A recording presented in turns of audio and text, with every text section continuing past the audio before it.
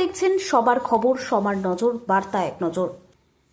বজবজ বিধানসভা কেন্দ্রে বজবজ দাদা ৩০ বছরের বিধায়ক ওনার সারা জীবনটাই রাজনীতির সাথেই কাটিয়ে দিলেন। এই বজবজের মানুষরা যাকে ভগবান রূপে দেখে 2026-এ বজবজের এই বিভাগের উপরেই আশা রাখলেন উনি। সঞ্চিতা কলা ভবন বাওয়াল, দক্ষিণ 24 পরগনার সঞ্চিতা রায় 48তম শুভ জন্মদিনে বিধায়ক অশোক দেব শিশুদের নিয়ে জড়িয়ে ধরলেন ভালোবাসায়। শিশুদের এক সুন্দর ছবি ধরা পড়ল কিছুক্ষণ আগে।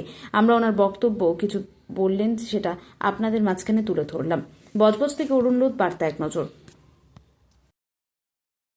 সভা কেন্দ্রে আবার আপনি টিকিট পেলেন, তা কার উপর বেশি ভরসা রেখে আপনি আছেন?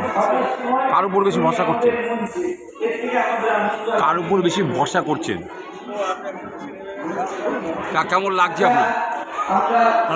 হ্যাঁ, নিশ্চিতই ভালো।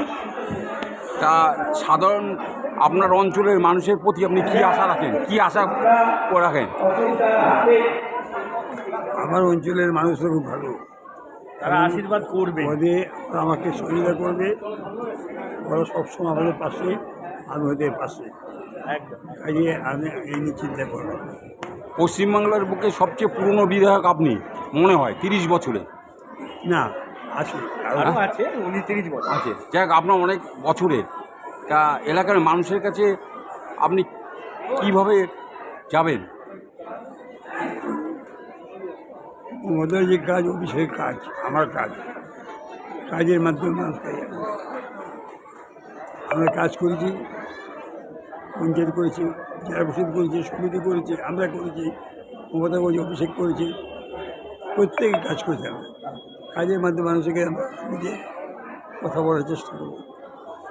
দিদি সবসময় আপনাকে আশীর্বাদ করেছে, আপনাকে টিকিট দিয়েছে, কিন্তু এইবারে কি আশা করেন যে কোনো মন্ত্রিত্ব পদ পেতে পারেন না? ও ব্যাপারে যে আশা তো করা, মানুষ আশা নিয়ে বেঁচে থাকে। এই দেখ, যে আশা তো করা উচিত, এবং আমি আশা করি আমার এলাকার মানুষ আমার বাদ দিয়ে কিছু করবে।